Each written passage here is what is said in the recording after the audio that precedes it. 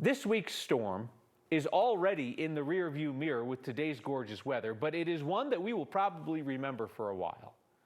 A ton of you have written in with your kudos for meteorologist Chris Bianchi's tireless work this week. I think that guy slept about 6 hours in 2 days. His very last assignment before some well-deserved time off was filing this report on why that storm was so remarkable.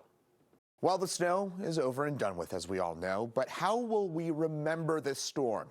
I think there's kind of two distinct things that we'll take away from this snowstorm. First, for the south and west sides of the metro area, biggest snowstorm since March 2003.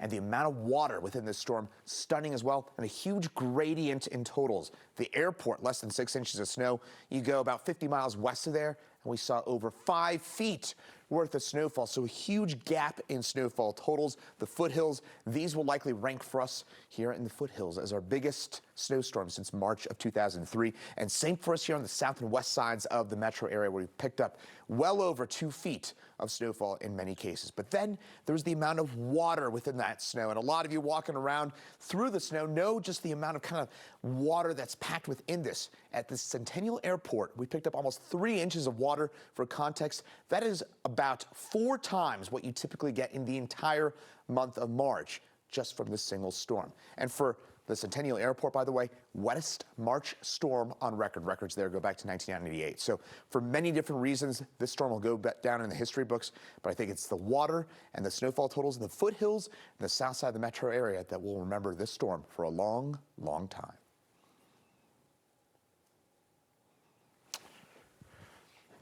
Oh, yes. I didn't realize. Awesome. Thank you. That is the sound of a man being told, "You're done. You can go home and rest, Crispy Donkey. Go rest."